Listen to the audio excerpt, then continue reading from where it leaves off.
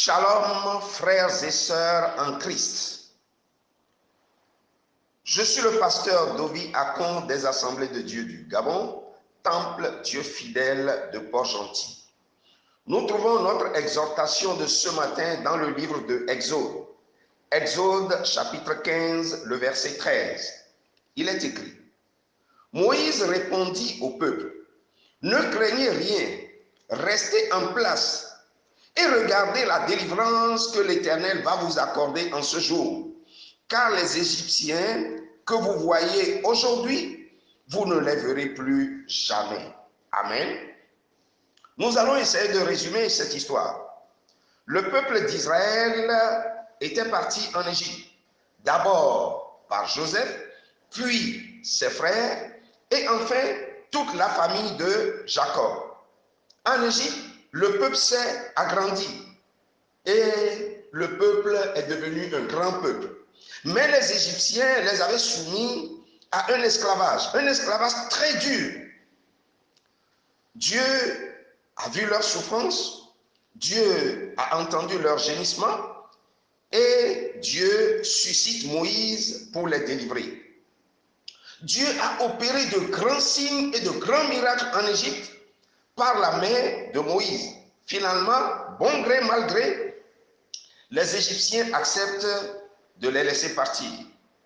Après leur départ, le peuple arrive au bord de la mer Rouge qu'il faut traverser. Derrière, les Égyptiens les poursuivaient avec des chars et des cavaliers pour les détruire. La panique était générale, la panique était totale. Que faire? Moïse rassure le peuple en s'appuyant sur les promesses de Dieu. Et Dieu, qui est fidèle, a opéré le miracle en frayant un passage dans la mer Rouge. Le peuple d'Israël est passé à pied sec. Mais quand les Égyptiens, avec leurs chars et leurs cavaliers, se sont engagés, ils ont été engloutis par la mer. Aujourd'hui, nous sommes en présence de la pandémie Covid-19. Nous avons des mesures barrières avec le confinement, mais tout le monde est inquiet. Il y a des individus que Dieu n'a pas mandatés, mais qui prédisent l'hécatombe en Afrique. À côté de la pandémie, nous avons deux crises qui nous menacent: la crise économique et la crise sociale. Crise économique, exemple, les écoles privées sont fermées, donc le salaire des enseignants n'est pas garanti. Il y a la fermeture de certains magasins, congés techniques pour des salariés de certaines sociétés. Il y a la crise sociale. Exemple, difficulté pour joindre les deux bouts. Il y a la précarité qui est encore plus menaçante. Dans ces moments difficiles, le chrétien ou l'enfant de Dieu ne doit pas s'inquiéter, mais il doit invoquer son Dieu.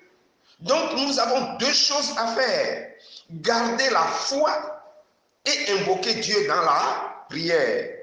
Notre Dieu est le Dieu de miracles.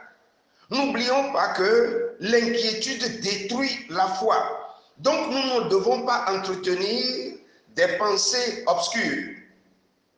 Devant la mer Rouge, qui eût cru que la mer allait s'écarter pour livrer passage? Mais Dieu l'a fait. C'est le même Dieu que nous adorons par son Fils Jésus-Christ.